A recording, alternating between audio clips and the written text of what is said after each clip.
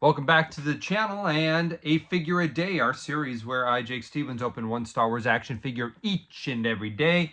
And today we are at the last of our They Should Have Made It 48 years ago, but they didn't line of unboxings this week. And that's going to be the final figure from Target's Retro Collection exclusive multi-pack.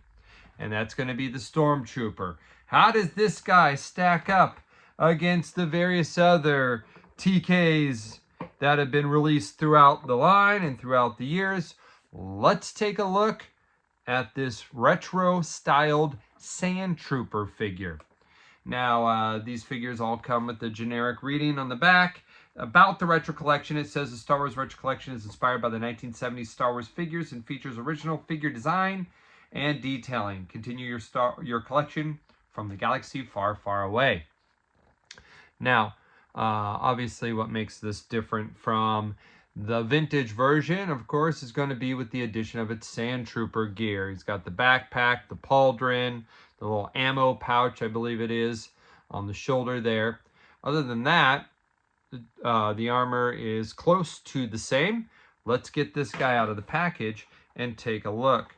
Now, first looking at the, before we do that, looking at the image here, ooh, I will be honest, I can't tell if that is I think that's a vintage. I think that's a vintage screen cap and not a special edition version. Looks pretty clean is the only reason I would think special edition, but I'm pretty sure that's Elixir Droids here. It's been a minute since I watched A New Hope. In a minute, I mean like months, but he comes with one accessory because the backpack is not removable. This thing is fully detached. I'm getting Dengar vibes the way that this thing is bulky and attached to his back. And he comes with a brand new blaster for obviously their desert patrol. And just like Han Solo, this one has not an articulated, but a bent arm. This figure, which molded partly off of this one was only 4 POA, points of articulation, because the head was molded. So that's going to be our first thing to check. Is this head molded? And it is. That guy is not moving. Now, I think what the difference is between these two is in the mold, the fact that you could tell this is an attached piece that's not removable, and this is all just one solid piece. So, all right. So this guy is still 4 POA. There it is. That's all they're getting out of them, but they've got the new arm, the arm bend. This most likely is to accommodate, well, let's see. Yeah, there he is, holding his long blaster. I have no clue what the name of this blaster is. Rifle. And I don't know, what do I think? I think that I might have him in the other hand. That might, but you know, again, what's his hand doing? Now, it'd be cool if he had a little thing in his hand, a little circle that was the restraining bolt or piece that's, you know, Elixir Droids, a little droid piece in his hand. That would be really cool if you could have that there. I think that's a missed opportunity. Even just print that inside the hand or something. That would have been really cool, because otherwise, what's he doing with that hand when he's not holding the gun? Interesting. So he varies different in regards to the arm and, of course, the molded on gear, but I'm looking at the other pieces of his armor, and it looks pretty much like they went off this design. Okay?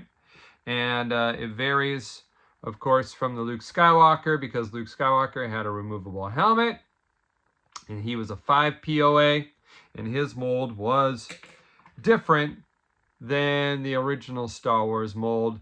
A lot of the back is a lot smoother than this was. Okay, and then, of course, when we look at his counterpart in the website, this is in the box set. This is Han Solo. His helmet does not fit great. I've started to hear from others and saying that they have the same issue. And when looking at this sculpt, obviously the arms are bent opposite. He's got the left bent, he's got the right bent. And yeah, they do appear to be different molds. This does look like a traditional Stormtrooper in its more petite build there in the chest, whereas Han Solo's a little more broad-chested in this newer sculpt. So yeah, I think that this is a good job at capturing the feel of this while adding the Stormtrooper or the Sandtrooper gear to it. I don't know, the arm might be bent a little too much for me. I don't know. We didn't get a lot of bent arms. Han Solo, you know, not this one, but the other one, is one of the few occasions of the vintage line where we got bent arms. So I don't think bent arms when looking at the retro or the Kenner line. That seems all right there.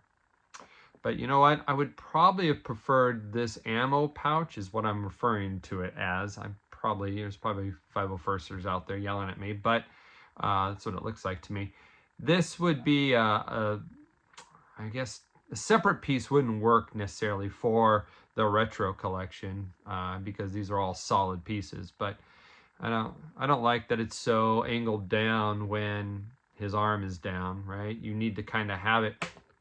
You need to kind of have his arm up like that to make it look somewhat realistic. But that's a nitpick. This figure, you know, was not released 48 years ago like it should have. So we were patient. We finally got it. Would I buy more if this wasn't in a box set? I'd probably buy a couple more, maybe one more if this was single carded.